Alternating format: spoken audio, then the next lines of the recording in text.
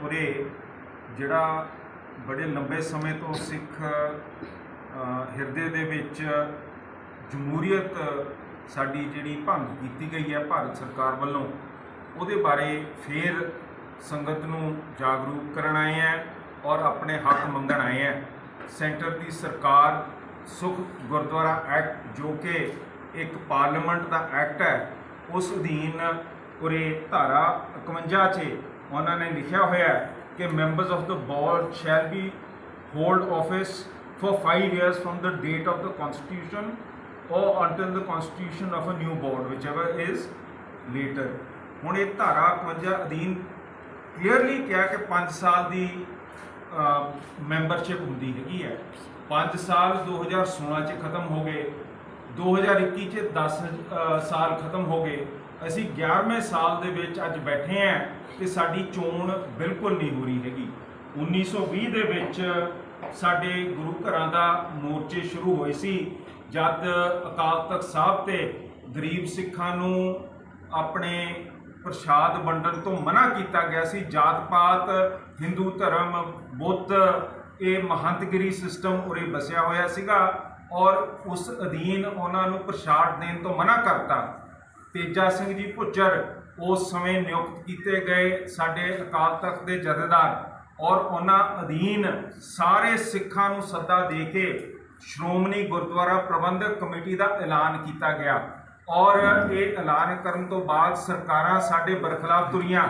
ਉਹਨਾਂ ਨੇ ਮਹੰਤਾਂ ਨਾਲ ਰਲ ਕੇ ਸਾਡੇ ਬਰਖਲਾਫ ਉਹਨਾਂ ਨੇ ਬਹੁਤ ਵੱਡੇ ਸਾਨੂੰ ਨੁਕਸਾਨ ਪਹੁੰਚਾਏ ਔਰ ਨਨਕਾਣਾ ਸਾਹਿਬ ਦਾ ਜਿਹੜਾ ਮੋਰਚਾ ਹੈ ਉਹ ਇਤਿਹਾਸਿਕ ਐਡਾ ਵੱਡਾ ਰਿਹਾ ਕਿ ਸਿੱਖਾਂ ਨੇ ਪਛਾਣਦੇ ਹੋਏ ਕਿ ਫੌਜ ਦੇ ਬਰਖਲਾਫ ਅਸੀਂ ਲੜਾਈ ਨਹੀਂ ਕਰ ਸਕਦੇ, ਉਹਨਾਂ ਨੇ ਸ਼ਹੀਦੀ ਮੋਰਚੇ ਉੱਥੇ ਨਨਕਾਣਾ ਸਾਹਿਬ ਭੇਜੇ। 200 ਸਿੰਘਾਂ ਨੇ ਸਵੇਰ ਦੇ ਸਮੇਂ ਮਹਾਰਾਜ ਦੇ ਪ੍ਰਕਾਸ਼ ਕੀਤੇ। ਨਰੈਣੂ ਮਹੰਤ ਨੇ ਆਪਣੇ ਜਿਹੜੇ 400 ਤੋਂ ਵੱਧ ਗੁੰਡੇ ਰੱਖੇ ਹੋਏ ਸੀ ਉਹਨਾਂ ਰਾਹੀਂ ਇਹੋ ਜਿਹੀ ਬੁੱਚੜਬਾਜੀ ਕੀਤੀ ਕਿ 200 ਦੇ 200 ਵੱਢ ਕੇ ਲੱਕੜਾਂ ਦੇ ਉੱਤੇ ਸੁੱਟ ਕੇ ਫੂਕਤੇ ਤੇ ਉਹਦਾ ਕੋਈ ਵੀ ਇਨਸਾਫ ਸਰਕਾਰ ਨੇ ਨਹੀਂ ਦਿੱਤਾ ਔਰ ਸਰਕਾਰ ਸਗੋਂ ਮੰਤ ਨਾਲ ਖੜ ਕੇ ਉੱਥੇ ਨਨਕਾਣਾ ਸਾਹਿਬ ਦੇ ਵਿੱਚ ਜਿਹੜਾ ਅਗਲੇ ਦਿਨ 2000 ਦਾ ਜਥਾ ਤਿਆਰ ਹੋਇਆ ਉਹਨੂੰ ਡਰਾਉਂਦੀ ਸੀ, ਰਫਲਾ ਦਿਖਾਉਂਦੀ ਸੀ, ਗੋਲੀਆਂ ਚਲਾਉਣ ਦੀ ਧਮਕੀ ਦਿੰਦੀ ਸੀਗੀ ਔਰ ਉਸ ਸਮੇਂ ਦੇ ਵਿੱਚ ਸਿੱਖਾਂ ਨੇ ਜਾ ਕੇ ਨਨਕਾਣਾ ਸਾਹਿਬ ਆਜ਼ਾਦ ਕੀਤੇ, ਜਿਹਦੇ ਬਾਅਦ 1925 ਦੇ ਵਿੱਚ ਸਾਡਾ ਸਿੱਖ ਗੁਰਦੁਆਰਾ ਐਕਟ ਬਣਿਆ,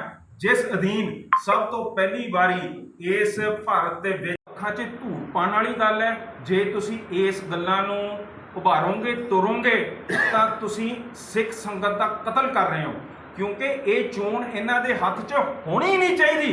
5 ਸਾਲ ਬਾਅਦ ਇਹਨਾਂ ਦਾ ਕੋਈ ਮਤਲਬ ਨਹੀਂ ਹੈਗਾ ਕਿ ਇਹਨਾਂ ਦੇ ਹੱਥ 'ਚ ਚੋਣ ਹੋਏ। ਇਹ ਹੱਕ ਹੈਗਾ ਸੰਗਤ ਦਾ। ਸੰਗਤ ਲੁੱਟੀ ਜਾ ਰਹੀ ਹੈ, ਗੁਰੂ ਘਰ ਲੁੱਟੇ ਜਾ ਰਹੇ ਹੈ। ਇਹ ਬਿਲਕੁਲ ਅੱਖਾਂ 'ਚ ਧੂੜ ਪਾਉਣ ਵਾਲੀ ਗੱਲ ਹੈ ਕਿ ਅੱਜ ਬੀਬੀ ਉੱਠ ਗਈ, ਫਿਰ ਧਾਮੀ ਸਾਹਿਬ ਉੱਠ ਗਏ। ਉਹ ਤੁਸੀਂ ਸੰਗਤ ਤੋਂ ਫਤਵਾ ਹੀ ਨਹੀਂ ਲੱਤਾ, ਤੁਸੀਂ ਕਿਹੜੀ ਪ੍ਰਧਾਨਗੀਆਂ ਕਰ ਰਹੇ ਹੋ? ਹਵਾ 'ਚ ਮਰੀ ਜਾ ਰਹੇ ਹੋ ਗੱਪਾਂ ਕਿ ਅਸੀਂ ਐਂ ਕਰ ਦਾਂਗੇ, ਉਹ ਕਰ ਦਾਂਗੇ। ਸੰਗਤ ਦੇ ਸਾਹਮਣੇ ਪੇਸ਼ ਹੋ, ਤੁਸੀਂ ਕਿਹੜੇ ਸ਼ੈ ਹੋ ਕਿ ਜਿਹੜਾ ਆਪ ਸੁਖਬੀਰ ਦੇ ਸਿਰ ਤੇ ਕਹਿੰਦੇ ਹੋ ਪ੍ਰਧਾਨ ਬਣ ਜਾਓਗੇ, ਇੱਕ ਢੀਂਡਸਾ ਸਾਹਿਬ ਤੇ ਹੋਰਾਂ ਨਾਲ ਕਹਿੰਦੀ ਹੈ ਪ੍ਰਧਾਨ ਬਣ ਜੂਗੀ। ਤੁਸੀਂ ਤਾਂ ਹੈ ਹੀ ਕੁਛ ਨਹੀਂ।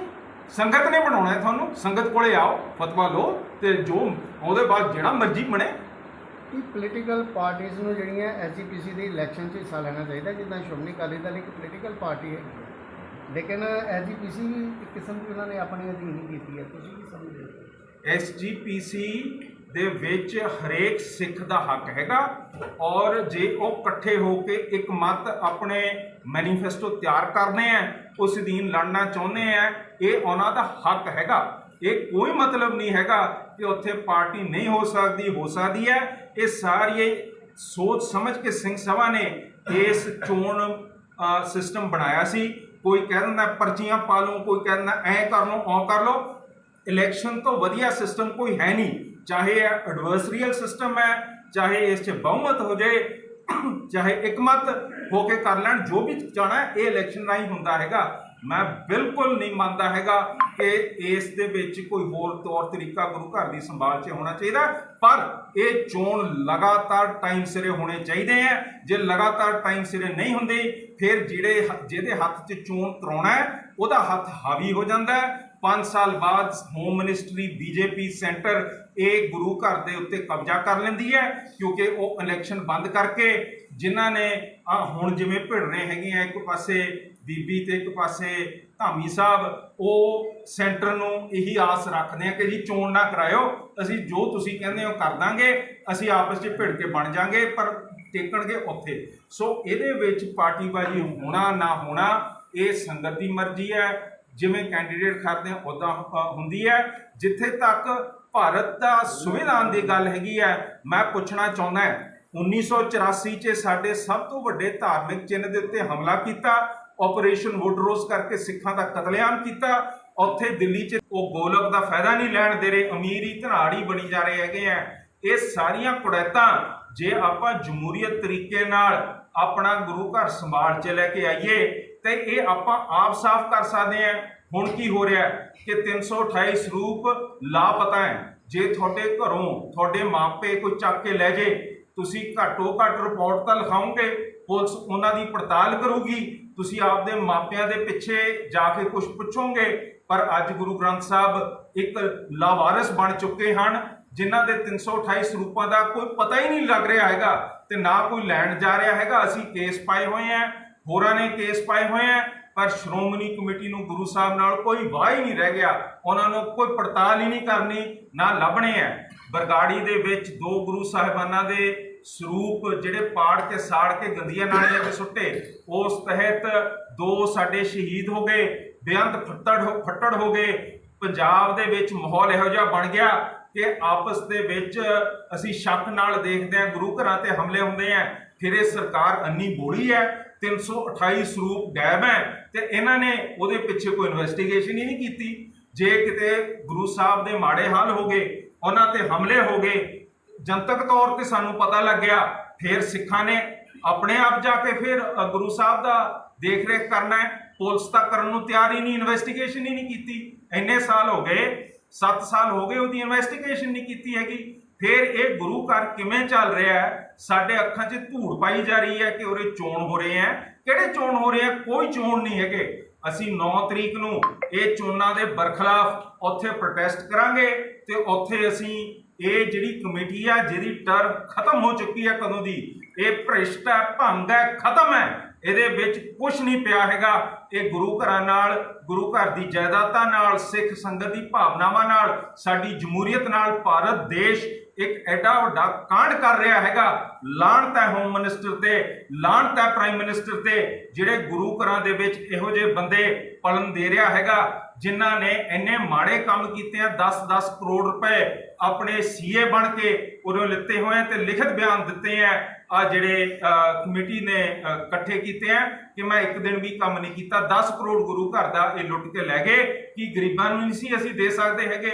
ਉੱਥੇ ਆਪਣੇ ਗੁਰੂ ਘਰਾਂ ਦੇ ਰਾਹੀਂ ਆਪਾਂ ਹਰੇਕ ਗੁਰੂ ਘਰ ਦੇ ਵਿੱਚ ਟੈਲੀਮੈਡੀਸਨ, ਗੁਰੂ ਰਾਮਦਾਸ ਮੈਮੋਰੀਅਲ ਹਸਪਤਾਲ ਤੋਂ ਡਾਕਟਰਾਂ ਰਾਹੀਂ ਆਪਣੇ ਪਿੰਡਾਂ ਤੱਕ ਨਹੀਂ ਪਹੁੰਚਾ ਸਕਦੇ। ਪਹਿਲੀ ਵਾਰੀ ਇਸ ਭਾਰਤ ਦੇ ਵਿੱਚ ਜਮਹੂਰੀਅਤ ਢੰਗ ਤੌਰ ਦੀ ਤਰੀਕਾ ਅਪਣਾਉਂਦੇ ਹੋਏ ਸਾਡੇ ਮੈਂਬਰ ਚੁਣੇ ਗਏ ਔਰ ਉਹਨਾਂ ਨੂੰ ਇੱਕ ਡੈਮੋਕ੍ਰੈਟਿਕ ਹਾਊਸ ਬਣਾ ਕੇ ਸਿੱਖਾਂ ਨੂੰ ਆਪਣੇ ਗੁਰੂ ਘਰਾਂ ਦੀ ਮੈਨੇਜਮੈਂਟ ਸੰਭਾਲੀ ਗਈ।